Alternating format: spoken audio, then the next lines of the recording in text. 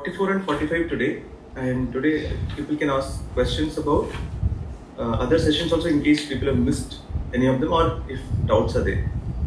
So we saw Guru answering what is bondage and how does it come about, and how does one gain freedom and how is its sustenance. So how does one gain freedom is coming now. So that's what is being mentioned here. We have to remember the classical model where it was very clearly mentioned that two ingredients are very important. One is Chitta Shuddhi, purification of mind, which is achieved by sadhana, and inquiry. A clear mind plus inquiry is equal to freedom. So this is what is the formula, and that has to be always kept in mind. And if these two ingredients are not there, the right side is not going to be achieved. It's very, very clear, and this will be reiterated in most of the verses, in most of the stages, in Vivekachudhamani, and also in Bhagavad Gita, in every Upanishad. This reiteration is always made time and again, because one may lose sight, one may lose focus on the importance of these two. In fact, while inquiring, if the first one is already lost in terms of focus, that inquiry is not going to give the desired result, because the inquiry needs very strong and sharp mind, and that the focused mind which is required for this inquiry itself. And that's the reason Shruti does not mind repeating this particular point time and again, even at the cost of repetition. So if you see this verse, this is more a repetition of the concepts which was already mentioned earlier. So, Shruti Pramana Ekamatehe Swadharma Nishtha Tayehi Atma Vishuddhihi Asya. So it's a complex statement. Tayehi Atma Vishuddhihi Asya. Vishuddha Buddhehe Paramatma Vedanam Tenaiva Samsara Samula Nashaha. So in the order of what comes subsequent and what has to precede that is given here. So for one to follow one's own dharma. Now we don't need to worry about kula dharma or any kind of a different dharma in the context of what used to be the societal structure. We don't need to worry about that now. We need to only worry about our situational dharma. So all of us have a particular duty based on a particular role which we are fulfilling at present. At any moment, at any point in time in one's life, there are roles which are given by the society and which we ourselves also understand, even by our own instinct, that this is the role I am playing, even if the title may not be given, but the role is very clearly understood. And it many a time becomes like a common sense as well. So that role has to be performed, and this sense of duty is given in everyone's mind and intellect. Buddhi always has this knowledge of what one has to do at the disposition where they are in at that point in time. This is common sense. The only thing is adherence to that or not is the choice. So this is where the choice comes actually. But Shruti says adherence to that always is more important. So Shruti Pramanam Ekamatehe Swadharmanishtha. So what he's saying is, the one who is committed to Shruti as a means of knowledge, he is the only one who is going to follow Swadharma. So there has to be some mandate, kind of, some guidance. Only then this will be followed. I mean, if someone is following a system, there will be some rules in that. So unless the person has Shraddha and commitment in that particular system, he is not going to follow it naturally. Because most of the things which one has to follow is more in terms of sadhana, which is many a times opposed to what naturally a person wants to do or mind wants to do. I mean, getting up early is something probably mentioned in most of the religious scriptures. This could be. Anyone would say, get up on time, you will feel fresh, and that's the right time for contemplation or for doing anything for that matter. But mind need not abide by that. Mind can still go by its raga dvesha, and it may not conform to what is supposed to be done and what is ideal, even though it is common sense as well. Even though by common sense we may know certain things are better, we may not follow it because mind goes by what it likes and what it dislikes. This is the reason someone has to be told again and again, do the right thing. Though it is common sense, even when a person, for example, has a health issue, if he's not supposed to eat sugar or supposed to take oily substance, because of his own health reason, which is available in front of him as a report, and then also supplemented by the doctor's advice, he may still choose to eat what he likes to eat, though it may be against the medical advice. This is how raga dvesha of mind plays a role. This is how it plays a role. So there has to be a third person or guru or whosoever for that matter. Shastra assumes that role. That's where Shastra gives certain yardsticks saying follow 1, 2, 3, 4, 5 for your own good. This is where sadhana, everything comes to picture. So Swadharma was always stressed as a very important thing in our Shastra. So if you see Arjuna had a conflict. He was asking, what am I supposed to do now? I do not want to do that, what I am supposed to do at this point in time, because I am worried about the outcome and I am worried about the dukkha which is going to ensue after the outcome of what I am going to do. This was his predicament, very clear. He said that I will not do what I am supposed to do because I am worried, I am foreseeing the dukkha which I am going to suffer after I accomplish what I want to do. This was his problem. So there, Lord Krishna identified that he was deviating from Swadharma Nishtha. Basically, unless the left side, one of the ingredients on the left side, which is getting Chitta Shuddhi, is achieved, inquiry is not going to help at all. So the entire Bhagavad Gita was set of questions and answers, and again the next question and next answer, leading to final conclusion about oneself being everything. That's how it moved. However, though the inquiry was happening, always Lord Krishna was saying that you better do what you are supposed to do, because this is where that Chitta Shuddhi comes into picture. Unless one does what he is supposed to do, Chitta Shuddhi is not going to be achieved. Unless Chitta Shuddhi is achieved, inquiry is not going to be successful. One can inquire. I mean, many a times, if someone doesn't understand basic English, he can pick up a book just because he wants to compete with someone else to show I have also read these books. He can finish all those 200 pages. Reading is not a problem, but nothing will go inside. Maybe something will go inside, everything will not go inside. So it's going to be futile. One may say that by reading you learn it, that's a different thing.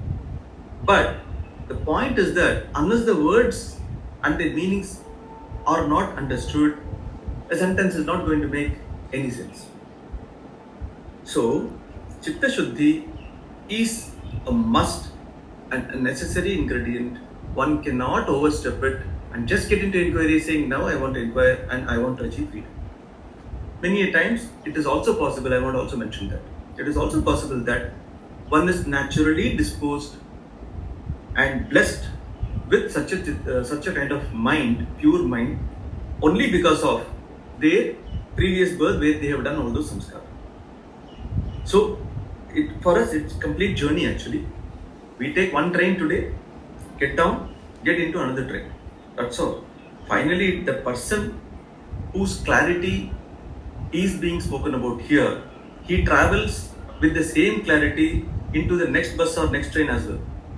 train and bus may change, but the person's own clarity remains the same, because there the change has not happened to a level where it is supposed to reach. So, if the passenger has already finished, for example, you travel in one train and you have finished one particular novel. Now you travel in another train, again you don't need to read the novel, you can say, fine, I'm through with that. Similarly, this Chitta Shuddhi is owned by the person who is traveling, and his Chitta Shuddhi continues in his next Janma also, when you compare the different bodies we take to these different buses or trains. Chitta Shuddhi definitely continues, and they start from where they left. Everyone starts from where they left. This is the reason we find prodigies. And Chitta Shuddhi all the more help. Chitta Shuddhi is, like avoiding, conflicts, absence of conflicts, and absence of the impact of Papa. So Durita Kshaya. So all Duritas, if they are removed, these Duritas are the ones which create ambiguity in mind, which stops a proper inquiry from happening. So when this traveler has already purified his mind, he starts from there. So as I mentioned, this is how prodigies come. Prodigies, for example, you have a prodigy in mathematics, you have prodigy in certain instrumental knowledge. So not only prodigies are able to carry on things at a mental and intellectual level, some level where these things are stored in mind, it also results into muscle memory as well. That's something amazing. So if a person was an instrumentalist and he's taking birth, maybe in his own family later, in some other generation, he may have all the knowledge, but for him to be able to also play the instrument the same way he was playing earlier is not something, it's not a child's play, it is not something to expect that this can happen easily, but that is how it is. It's amazing. So the blueprint is so strong that it can replicate later any action as well, any skill as well to that level. So this is what we have seen around us. I think most of us would have heard such stories, and these are not stories because they are live examples what we have seen. One example is of one family of this Gotu Vadyam. There's an instrument by name Gotu Vadyam. Looks like Veena only. This gentleman's name is Ravi Kiran. He is still there. He plays this Gotu Vadyam in South. His probably grandfather or someone, or maybe great grandfather, happened to be an instrumentalist who was playing the Gotu Vadyam. So they infer that it is his grandfather or great grandfather who has again come into this body in the same family, only because he was an accomplished Carnatic singer when he was 4 years old. And the extent to which this was kind of at the height was that when I think they went to Zakir Hussain ji's house, I think when Ustad Alarkha was there. So because they, I think being musicians at that level, probably they had connections. So when this gentleman's father or grandfather, someone went there along with this child, Ravi Kiran happened to find a mistake in Zakir Hussain's tabla play. When Zakir Hussain played tabla, probably to his father or to his grandfather to show the skills, Ravi Kiran said that, "Uncle, you made a mistake there." That place. So this was the level of that gentleman, of that child who was just 4 years old, completely accomplished in music and rhythm. So this, you cannot account for it as a skill developed in this birth. Definitely not. If someone can, it's a different thing altogether. At least to me, someone at 4 years accomplishing completely Carnatic music and knowing the nuances is mind-boggling. Unless there was a blessing from the previous birth, this cannot. It's a magic, definitely a magic. But our Shastra says, no, there is nothing called magic. Basically, you continue with your purified mind, whatever you have, whatever is embedded there, you continue. But at the same time, I also think many a times, if that was the case, why do I learn 1 + 1 is 2 all the time, ABC all the time? If I remember that, it would have been good. I also think that way. But unfortunately, I think that is not the case to that level that you already know 1, 2, 3 also. But you know, like Ramanujam, he knew certain number. I mean, he was always close to all these revelations. He was very, very close. I mean, numbers are all given to us. This is all there in front of us. But he had the knack of linking the numbers. Probably he had already done all this research. Maybe he was dwelling on these things even in his earlier birth. So he could get all that. And the way I think Ramanujam ji explained it was that he said that there was the Shakti on whom he was, doing his upasana, and the Shakti was giving him that power. So there was a Devi actually whom he used to mention. So that Devi was giving that power. That's what he was saying.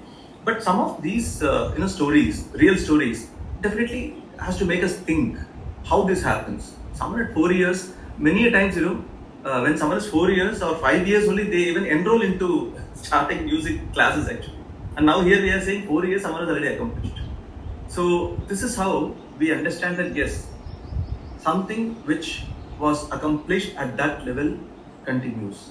So Chitta Shuddhi attained in one Janma definitely helps in some other Janma as well. Yes, Shikaji, you have a doubt? Yeah, I wanted to ask one. Or Manishji? Manish. Someone has raised hand. You're on mute. Yeah. I wanted to ask. What I wanted to understand that when this is something which is passed on from Jan to Jan, yes, what you gave an example, that why this Gyan which transforms from one Jan to another is often seen. Like the examples which we see are like once in a century, but it is not very common. Like today, if I see, I will say almost everybody has to go through that grilling again in getting the Gyan.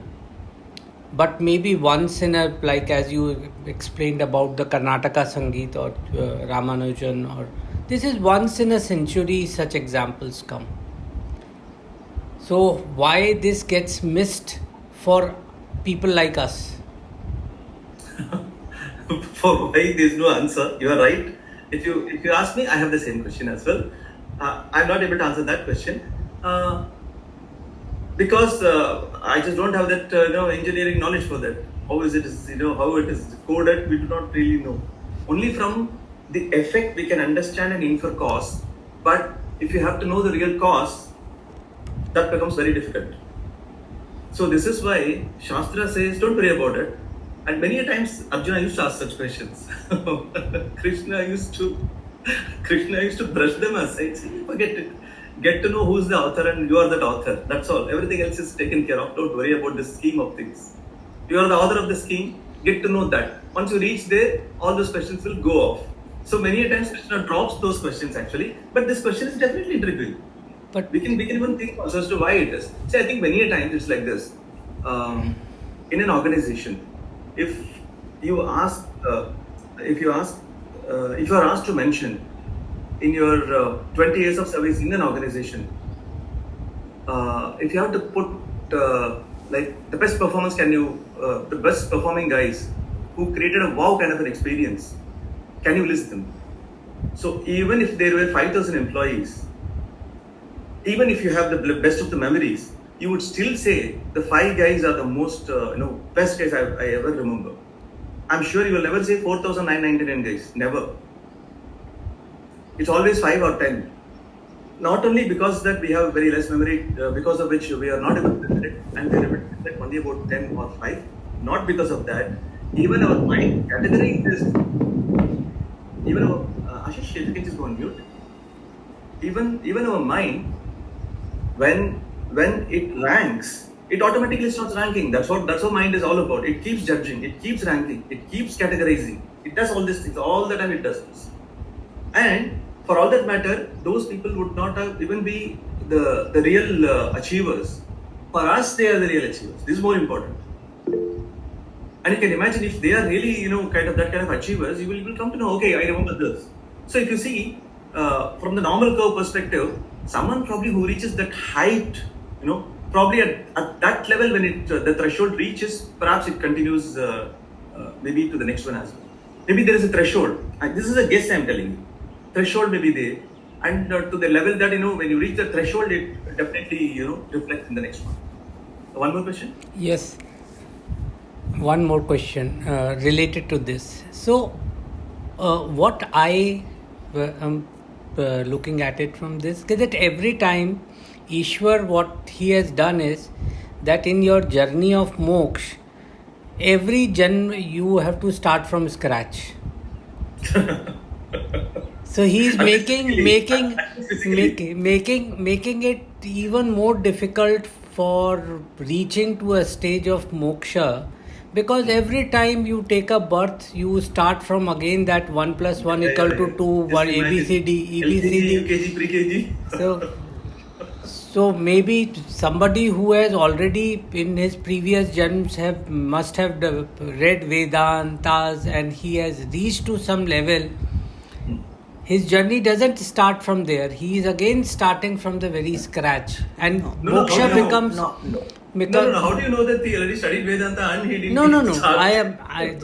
How the way we understand that he may not have studied is the same way we say that okay, maybe he may have studied, but the journey for moksha is kind of that you are starting from scratch in every birth. No. Yes, agree. I can give the answer. First thing is basically answer in the sense of answer, but these are all pointers. See, Lord Krishna already had this in mind perhaps, or maybe that's how things work. Arjuna had the same question. Arjuna was asking Krishna, actually saying, okay boss, I have vairagya, I leave this, I leave that, and I aspire for something which I'm yet to get. And I am going to pursue that only because you are telling me. So that is for his prayers, he talks about all these things. So I'm going to get there. You're saying, I have a target, fine, which you have given me, which you have indicated to me. That's moksha, whatever it is. Now I give up everything which I have accomplished. I'm supposed to leave all these things, then only I can reach there, kind of. Though he was supposed to perform his duty. But vairagya, everything, staying away from emotions. There are so many things of sadhana. He says, what if I become an in-between guy, neither there nor here? He exactly has this question. If I become a neither there nor there guy here, what happens? Will I become like that? He asked this question actually. There Krishna answered, no. Nothing goes waste. Everything is useful. He says in this journey, anything you achieve definitely is useful. So it is a word from Krishna that it is going to work. So we don't need to worry about it. And we are lucky, probably none of the Upanishads, this question would have come. Thank God in Bhagavad Gita, Arjuna asked it. He said, boss, it's all okay, I'm leaving, which I'm not very convinced, that's okay. But in which he asked this question. I can probably check that line and verse and send it to you. Okay, he asked this question. So, it's not wrong that we are thinking on these lines and we have these queries. Already, mankind has asked this question, and Arjuna was our representative. In Kurukshetra, Arjuna was our representative. He has asked the questions on our behalf only. And Lord Krishna has answered all the jivas, not only Arjuna. And something which comes as contextual, saying, Tasmat Yuddhasva Bharata, saying, therefore, please go and fight. That line alone may be more contextual only to Arjuna, but for us, Tasmat Swadharma Kuru, you perform your duty. That will be the general sentence. Tasmat, therefore. He explains everything. And it says, therefore, fight. For us, therefore, work. Do your duty plus inquiry. That's all. Only these two things we have to remember. Perform one's own duty and keep inquiring what is life. That's all. So this is what is, kind of emphasized here. See, the same thing was already mentioned in the initial verses as well. And in the context of this question, how does one gain freedom? Though it was already mentioned, so the student could not pick it up, right? So he's asking, so it is mentioned again. Shruti pramana maikamate swadharma nishtha. We perform our duties only when we are committed to Shastra. One. Then, means of knowledge, a commitment to Anshan Dharma is there. Okay. By that commitment alone, purification of his mind follows. Purification, Chitta Shuddhi happens only when we perform the duty, which is basically set of sadhana. We can take it that way. Okay. For the one whose mind is purified, recognition of the limitless self takes place. Recognition of the self happens only when purified mind is there. By that recognition, the destruction of samsara along with its cause results. So it is just cause and effect is in what precedes and what succeeds. That's what is given. Yes? Okay. Yes, Bhaskarji, I have a question, a very basic question. Maybe I'm going back to where we started from. This Chitta Shuddhi that we are talking about. Now, Chit, there are two Chit. One is in the causal body, and the mind is also, the Buddhi is also known as, Man is also known as a Chit. So, which Chit Shuddhi are we talking about? The subtle body or the causal body? Okay. So, it is like the one which is actively getting involved in transactions is subtle body. Subtle body, yes. The active one, because that is what is available for transaction. Causal body is something which stores the ultimate karma of whatever this mind is doing actually. It just stores the karma. And like for example, I think you have something called a processor and then a memory. So mind, you can say, is more like a processor. It just keeps processing every time actually. It's momentary all the time. And it will be amazing actually, you know. Our mind is only momentary. If we do not have continuous thought, if you do not have, in microseconds, if you just put it, just like this movie, where in film, you have a very gradual movement happening, from one frame to another frame. If you take a printout of the film, the way it used to be those days, very gradual movement happens actually. But when it goes fast, only then the movement really is seen on the screen.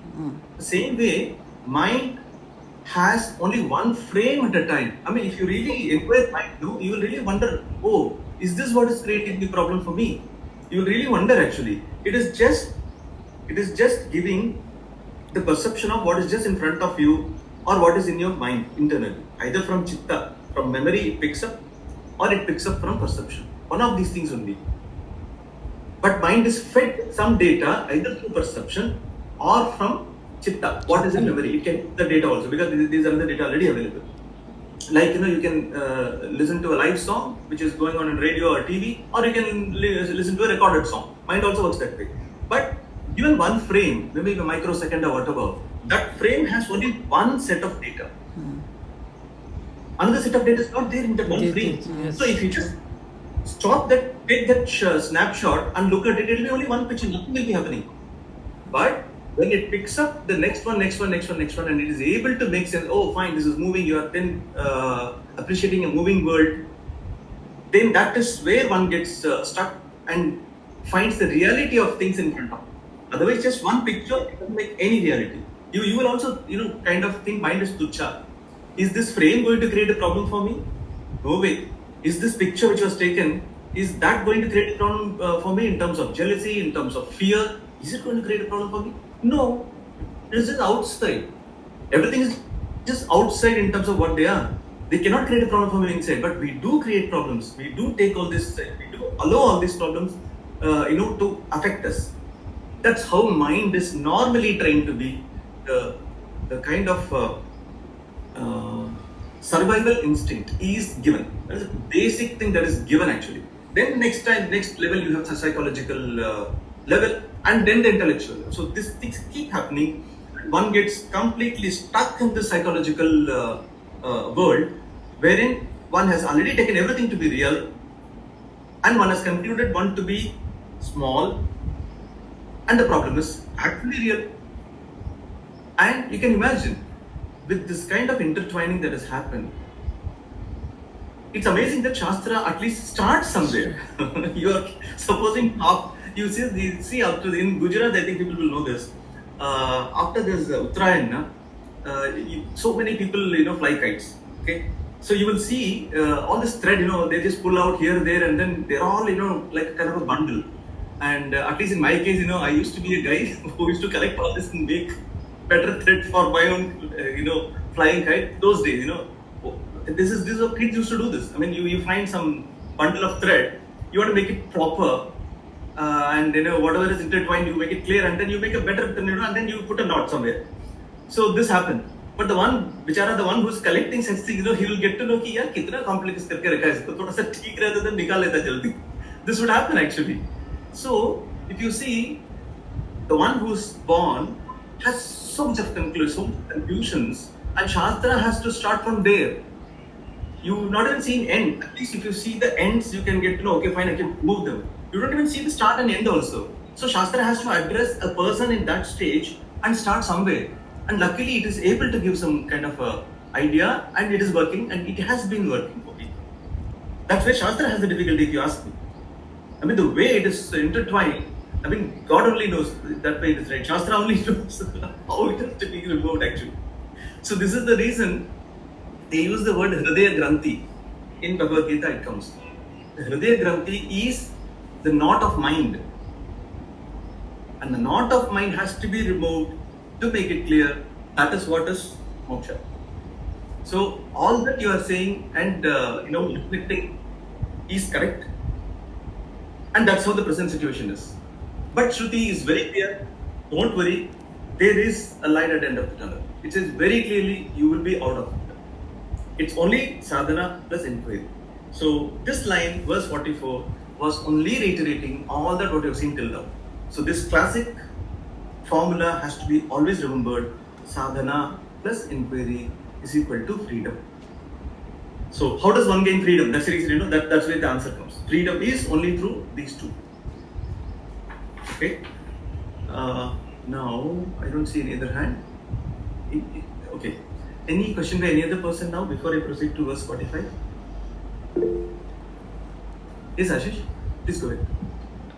Sir, you said we can get moksha with this Vivekachudhamani and all these things. Then why again? So moksha, according to me, is like we can avoid birth, death, and rebirth. So why after again it is happening? So you are saying a person is having a knowledge of all these things, and then again it is getting a birth. Is this the meaning? No, good point. I think, see, only when you ask doubt, we'll come to know what someone has understood from what I have said. Yes, absolutely, you're right actually.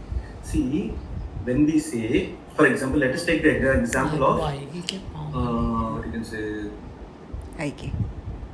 400 meters run. Okay. So, what we are saying is that a person needs particular physical ability to be able to finish that 400 meters. Okay. Not only he has to finish that line, he has to finish that line within a given time. Forget about competition in this case. He has to only excel himself. So if, for example, 40 seconds is the benchmark he has set, and he wants to reach 35, that is his goal. Let us understand, let us just take it for an example that 35 is the goal where moksha happens. Now, even if he reaches 36, okay, in this case it's well done. If he's taking more time, he's not reached the goal. Even if he takes 36, he's not reached the goal, right? Goal is only when he reaches 35. So we are talking about that 36 or 37 or 30. So the person has not reached the goal, right? So then we should really understand what is freedom. Freedom is when one understands one's swarupa as to what he is, and in that understanding he also understands that apart from him there is no other entity that exists. There is only one entity and he is that. This is what understanding, this is the understanding when self-realization happens. So apart from the self, there is nothing. The second entity does not exist. That's where we started from. There's only one Vastu, Nitya Vastu Ekam Brahma. So you reach that Nitya Vastu not as an entity other than yourself. The Aikya happens there where Jiva understands Jiva to be Parama itself. Right here. In fact, not even after the pursuit. It was even before the pursuit, the same point. It is like, there's something hidden somewhere and it was found later by the person who was finding it. In this example, it was an item away from oneself, but the item was always there. It is just that one didn't know that it was there. After trying, he's got it. In this pursuit, the beauty is one is finding oneself, and once you reach yourself, there is no distance whatsoever, whether in terms of time or space. So you transcend space and time only when you discover yourself to be everything, that's all. So when a second thing doesn't exist, there is no distance, whether in terms of time or even space, both ways. See, for a straight line to happen, you need 2 points minimum. And for time, the word second is very beautiful. Like seconds, is or whatever language you can use. Many times in philosophy, when you go, grammar fails. So seconds, if you see, is a nice measurement, and the word is amazing.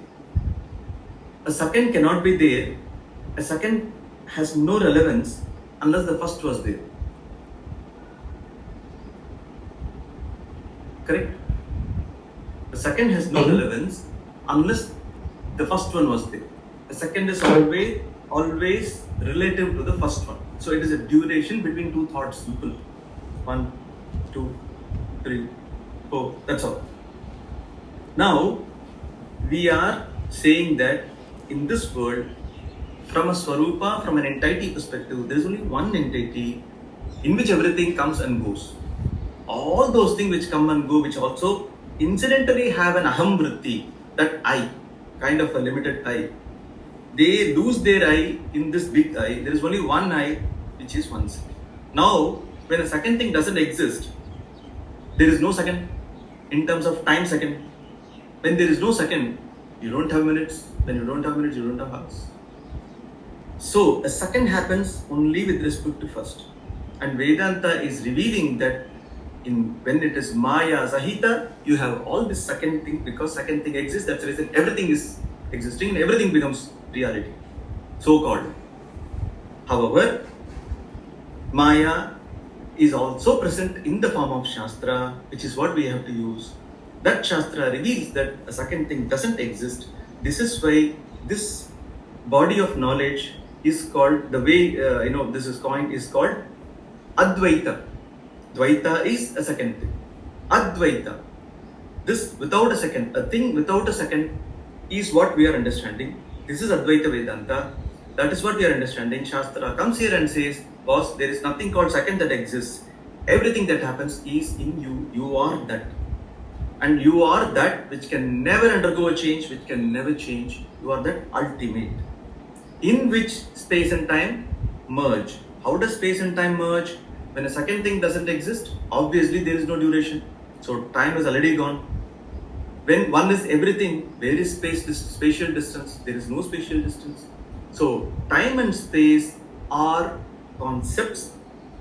They are blackboard or whiteboard, you can call it, based on which mind catches and understands the world. So Maya needs time, and Maya is the one which has time and space.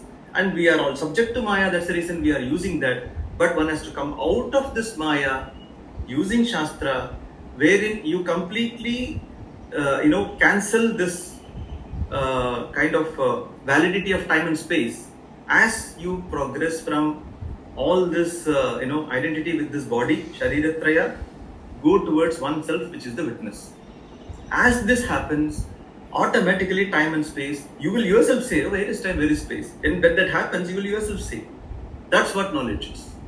So that knowledge we are talking about. When that happens, you also understand that all this birth and death is all a time pass.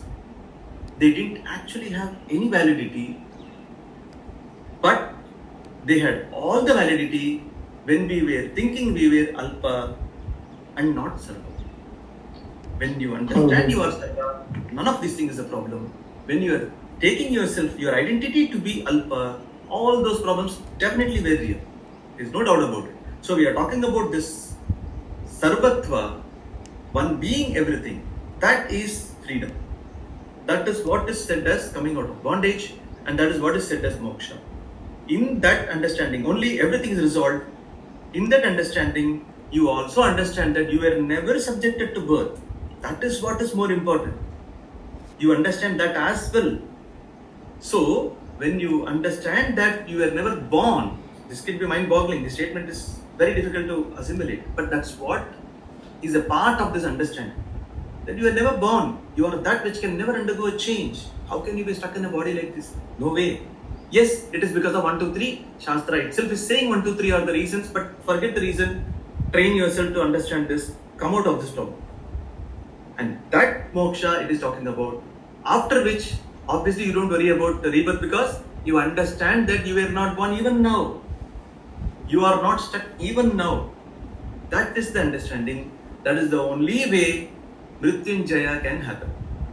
Otherwise, worshipping Shiva, Mrityunjaya cannot happen as a direct consequence. It is a subsequent consequence. You can chant Mrityunjaya mantra for 1 lakh times or even 1 billion times. What is that going to do? That is going to give you Chitta Shuddhi alone. So, we have to again recollect what we said earlier in Vivekachudhamani. Chittasya Shuddhaye Karma.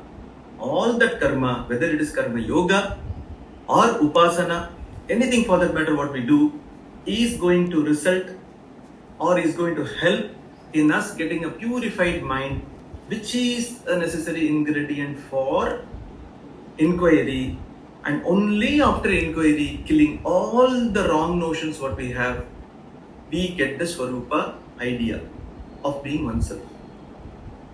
Moksha is a resultant of this plus this.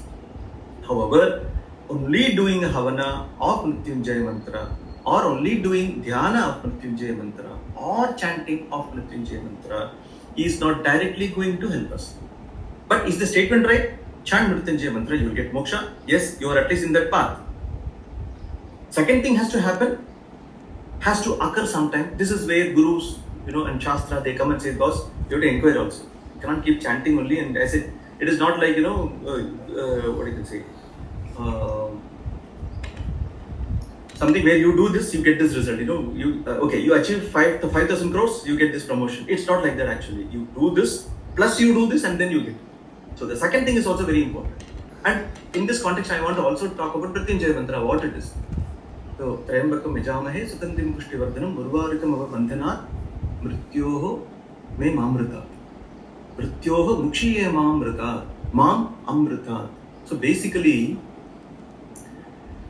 they are likening this bondage being dropped to a particular vegetable, this is a particular vegetable which automatically severs the ties from the particular creeper from where it is grown, from where it grows, seamlessly. As it matures, it just falls. Without a great pain or great problem, it just falls. So basically with Chitta Shuddhi and inquiry, as we mature, automatically bondage goes off, is what is mentioned there. What is mentioned there is, hey Shiva, let me attain moksha by dropping my ignorance, basically, Mrityoho, from this death, fear of death. Let me come out of it as easily as that particular vegetable which is falls with maturity. As easy as that, please let me understand this knowledge and understand myself to be free. Urvarukamiva. Iva means like that. Urvarukamiva bandhanat. So the way that is bound. Bandhanat means from bondage. So that particular thing which is attached to the creeper, the way as it matures, it just falls. No one goes and plucks it off, it just falls. Like the way it falls, I also want to give up ignorance with my maturity. Help me in this. And what is that I want to come out of it? I want to come out of the fear of death. And fear of death means, again coming into the cycle of birth and death. Death also includes birth. Unless you have birth, there is no context of death. And when one wants deathlessness, basically he has to understand birthlessness. This is what is equally important. When birth is given a license that it is correct, automatically death is an outcome. So, how do you overcome death and achieve deathlessness when birth is for sure? You can't. So, during self-realization, when people inquire, Shastra makes them see that just because of their mistake, their mistaken identity with body, with mind, with Karana Sharira. Just because of this wrong identity, birth or death cannot be given an ultimate status. Mistake is always temporary. It always gets corrected eventually. And this mistake, the mistaken situation, is never liked by the person who is affected by this mistake. This is where mumukshutvam plays a role. All the time we work and we are averse towards an unhappy situation, and it can be relative to people. We are averse to an unhappy situation only because our Swarupa is to be happy. It's just one thing without any tensions. So you want to always go back to your Swarupa. That is the journey which every mind is stuck with. But the only thing is, it doesn't know what it is pursuing. It is just pursuing that status where it can just be free of the fear of death. And it is stuck in this because it wants to go to that ultimate happiness, which is only when you understand your Swarupa. But it is stuck. It is a product wherein it is already stuck with this small idea saying, I am Bhaskar. So if I am Bhaskar, in a way I am stuck because I am already 54 years old, fine. So 54% of my life is gone. If I take 100 years as the life. So I have many reasons to be unhappy. All the more as I grow older and older, I have even more fear of death.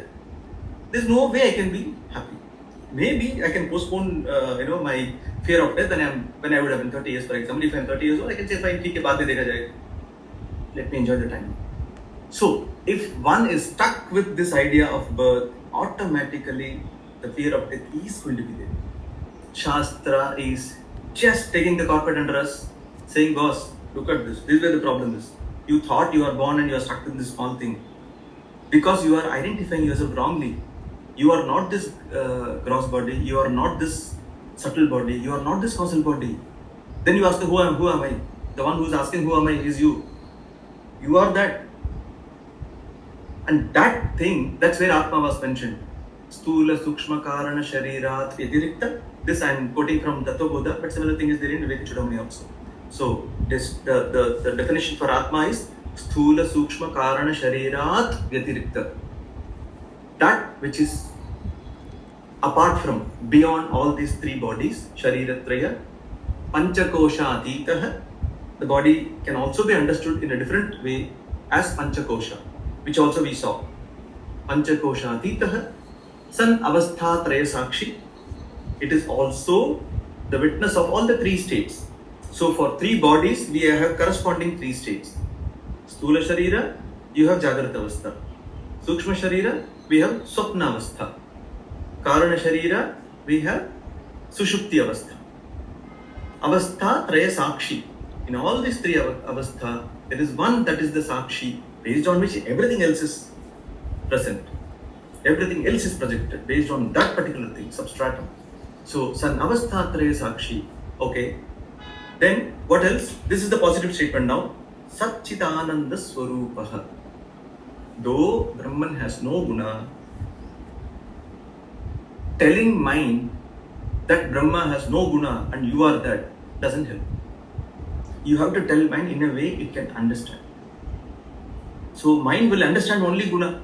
For example, for eyes, if you say, can you look at that empty stuff? Yeah, emptiness definitely you can see. But what is there to see in that emptiness actually? Something like that. Nirguna Brahman, please understand. Nirguna Brahman, understand. How do I understand? You are saying it is Nirguna. You have to show me something only, then I can see. How do I see that?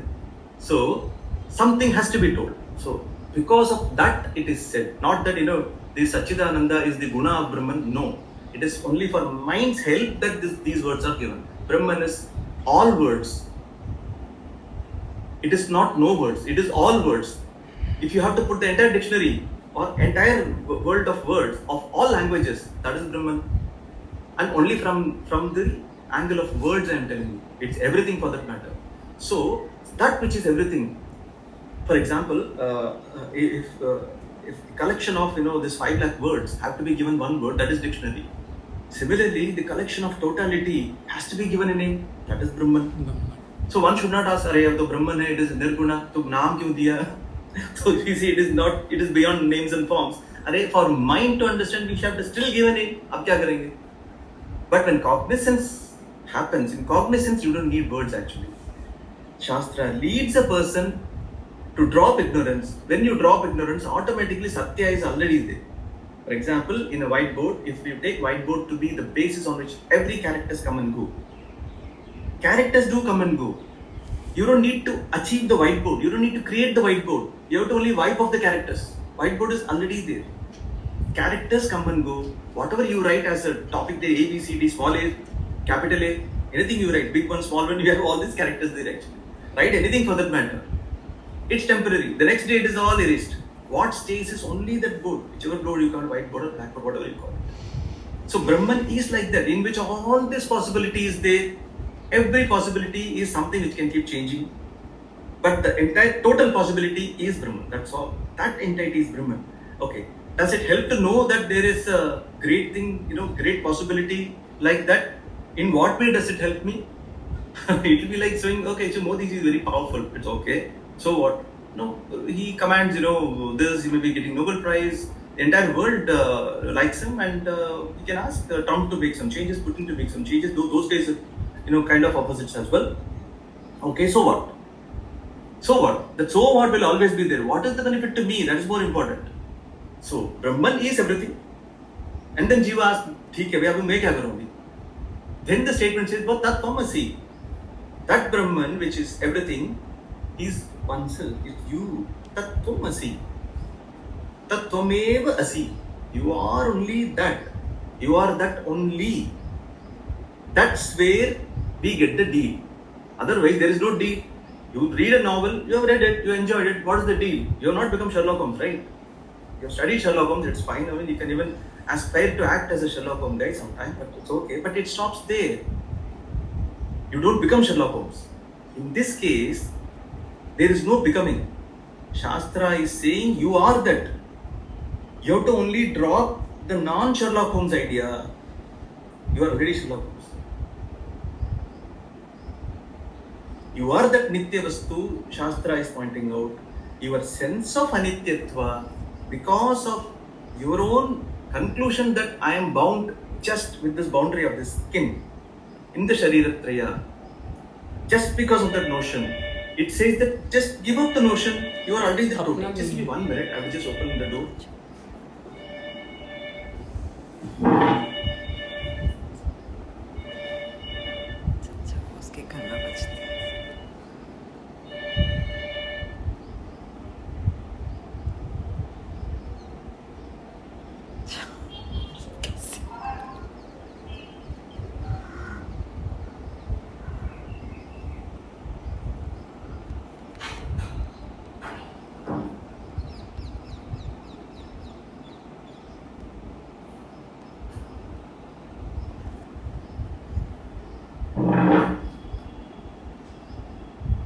Sorry, I'm back.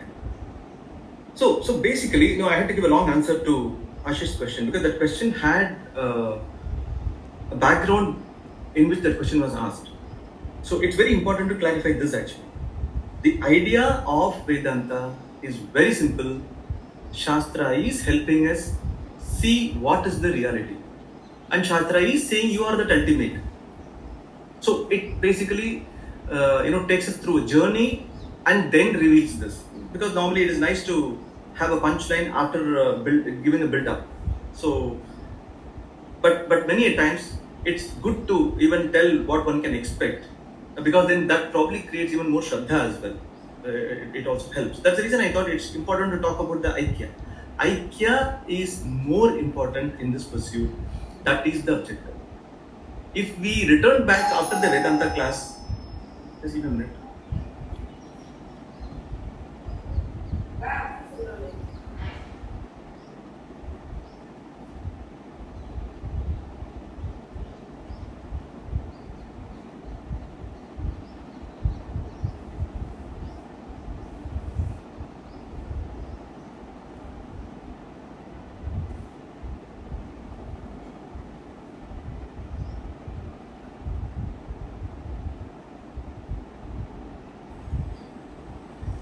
Yeah, so I thought it's important to clarify this point actually, based on the question what Ashish asked. This clarity should be with everyone.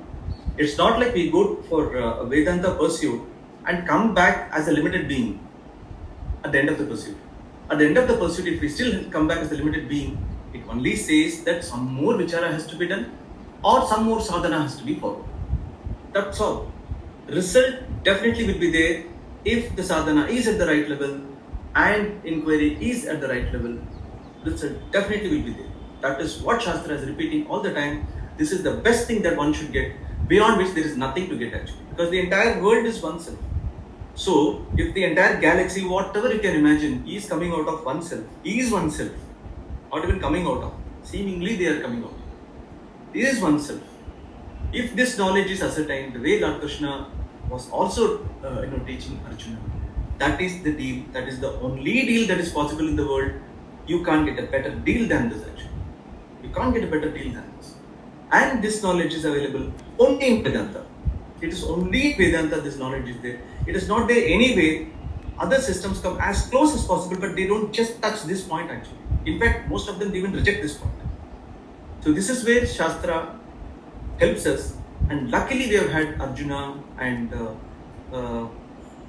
people like Nachiketas who were asking such questions, and they were benefited, and they have benefited us as well. We have been also kind of benefited by their questions. This is what it is all about. Good, it was a very long explanation, but I think it was required. We could not go to verse 45. I can see it's already 7:28. I can go by the suggestion of people here. So one more question. Yeah, please go ahead. Related to this, what you explained just now. Now, every time when we are, the mind is repeatedly hearing that I am Brahman. I am a part of that same, but despite of like maybe in last maybe 1,000 times it has heard, no, you are the part of Brahman, you are the part of Brahman. But understanding or acceptance that I am a part of Brahman, why it is so difficult? Is that what is knowledge? Okay, fine. Let me answer. In terms of the statement, we are not a part of Brahman, we are Brahman. In terms of the real statement, we are not a part of Brahman, we are Brahman. That is the real statement. Okay? We are a part of Brahman can be easily understood. It's quite easy. Right? Totality includes all these periodic table elements plus space. Do we agree? Yes. The entire thing we can reduce it to chemistry and physics and biology. So all of us represent a part of chemistry, physics and biology. Correct. We can include psychology and many other things as well. But at least these three, we have a small part of the totality, correct? If we know to that extent also, we can say that we are a part of the totality. Because definitely we are a part of the totality. Because the moment we see, we have the sense of us as a smaller entity, we know that there is a total entity which we are recognizing and we are small. So that itself says we are a part of the totality. And totality is oneself, that's all. Any name you can give. We are only saying that totality is oneself. That's what the conclusion is coming as. But to know that I am a part of the total, even Shastra is not required. In any case, I am thinking I am a part. Correct, no? Yes. I was really trying to correct the, I was trying to fine tune the sentence. So basically, we are saying that, in fact, in Vivekachudhamani, we have not come to Aikya. Probably you are already reading that Aikya part of it, and you are asking this question from Aikya part of it, correct?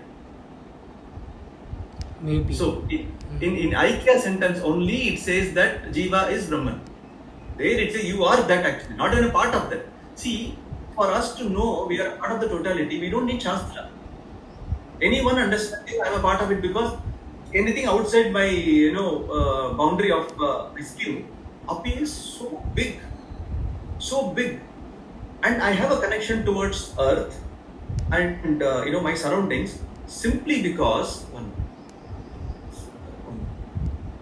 just simply because I need food to sustain. Simple as this.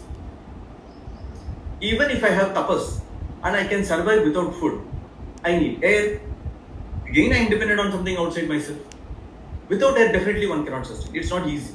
How much ever yoga one may perform, maybe they would have had something maybe kept inside which they can recirculate. If you take away that also, again that body is not going to be sustained. So, to understand that I am part of the whole and I am a person dependent on the whole, Shastra is not required. It is just common sense. But to understand, to go to a status that I am that totality, not the small being. I am that totality which never changes. Here we need help. Because this is a mind-boggling statement. Shastra is coming and saying that the sense of being limited is the problem. Ignorance is the problem. Ignorance is the one which is the body and which continues and sustains this ignorance all through. The starting first error continues the second mistake and third mistake and fourth mistake. This keeps on coming as a domino effect, and it only keeps increasing. And the ignorance not even increases through arithmetic progression; it goes geometric progression. So first, we just see this how attachment comes. First, we have the natural attachment, which is just up to the boundary of our skin. From here, the psychological thing starts. Many a time, it's also physical. Forget about psychological. Next comes my way of dressing. So now we have a next layer to which we get attached. Okay, so I am like this. I dress up like this. This is my identity. So it's already there. And then we have, okay, fine, I like this kind of a specs and not any other specs. This is next. I dress up this way. This is next. These are all something which is very, very closely touching our bodies, you can say. At this level, again, we are, kind of stuck. Not only we are stuck at the skin level, again, one more layer we are stuck. Now, after this, what we are stuck with, this is my house. So then the boundary goes up to the level of house. This is how I live. And then this is my family. Now you are stuck even more. At least house is something which normally will not keep changing. It is there. But family keeps changing. You have family, either they are ill or they are well. You are ill. One of these things keeps happening. So you are worried about not only your own, body decaying, you are also worried about others' body not to be decaying actually. So, from the boundary of skin, the fear which was originally up to the boundary of skin, the limitation that extends to shirt, then that extends to the immediate space, that to family, and it also extends to the extended families, depending on how emotionally one is connected. And not only that, now you bring in patriotism. Okay, this state, I am a Gujarat, I am a Maharashtra. Come what may, I will support this. Nothing wrong. But it is just saying avarana. How much of avarana is happening and vikshepa is happening. So, from the initial error, much more bondage can come and error can be created at those levels. And you can see people, we can really ask, is it so serious? It is serious. Otherwise, 9/11 would not have happened. Someone thought that, boss, this is what is the right system and every other system should not exist. Very simple. Okay.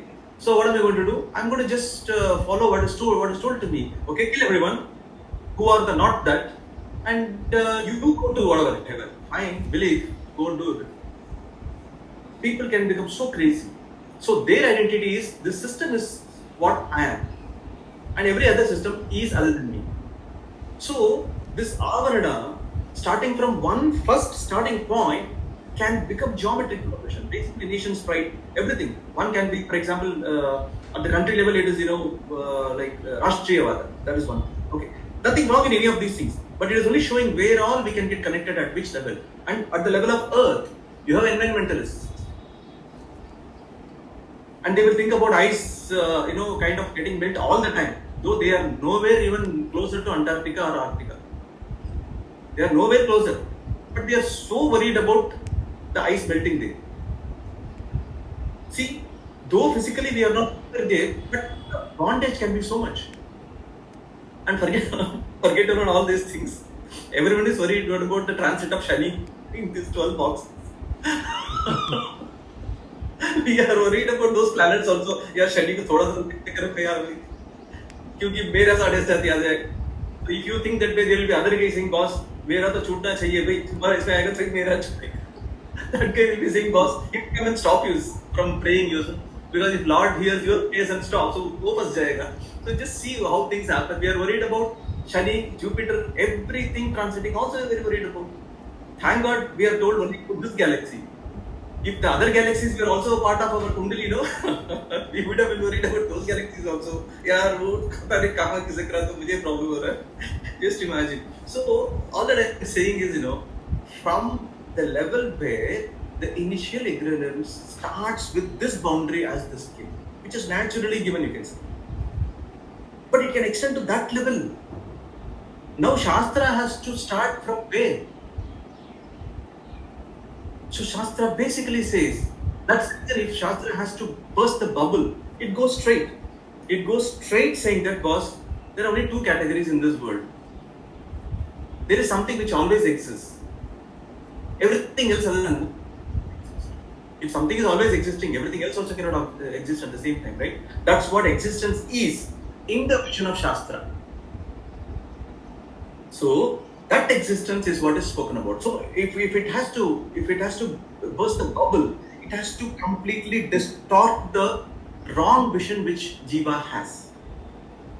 It can only try as much. Has the distortion happened to the extent of what was planned? May not be.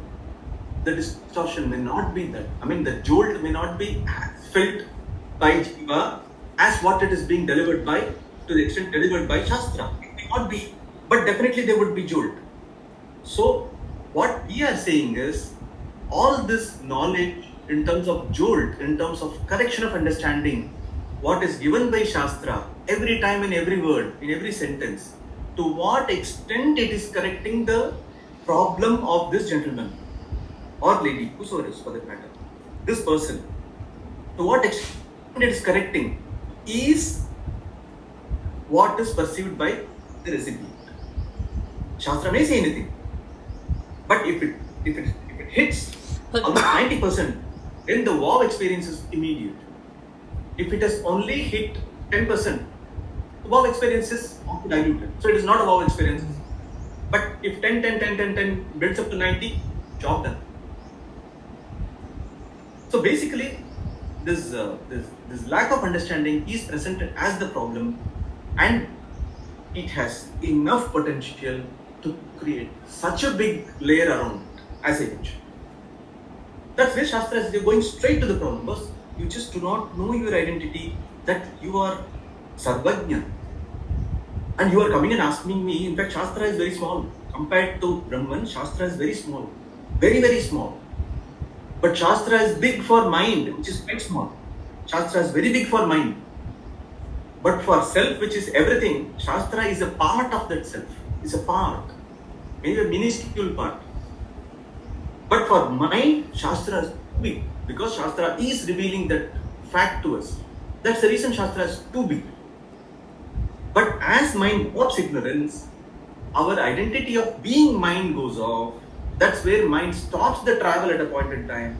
It just subsides. It just subsides. That's where the purified mind was required, for mind to understand that its conclusion and identity is wrong. It better stay where it is without disturbing that particular self who cannot be disturbed at the different thing. So in self-realization, change happens only at the mental level. The mind which was worried about fear of death or any other similar fear from the sense of being limited is erased out completely for good. So this removal of pain or problem or conclusion or wrong identity from mind results into freedom automatically, because freedom was always there. Shastra is only trying to do that. And if you ask who's the real benefactor of this knowledge, it is mind. It is mind, because mind is the one who's given this identity. The one, he is the sufferer, he is the enjoyer. He is the enjoyer and sufferer. Karta and Bhokta. Because of the wrong identification. The moment he understands he is neither Karta nor Bhokta, he is just there, but then his identity is something else. Everything else is Anitya. He is a part of that Anitya actually, that mind. Then everything else works. And that's amazing. Such a small error of identification, can it create a world? It does. That's how it is. Good. I can entertain more questions. I have no problem. I think we should not proceed with the next verse this time. We will proceed with the next verse next time. But I can entertain some more questions as well if someone asks. Okay. So I don't see any questions. We'll conclude the session with concluding mantra. Purnamada. Om Purnamada Purnamidam Purnat Purnamudachyate Purnasya Purnamadaya Purnamevavasishyate. Om Shanti Shanti Shanti. Hari Om will be next time. Hari Om.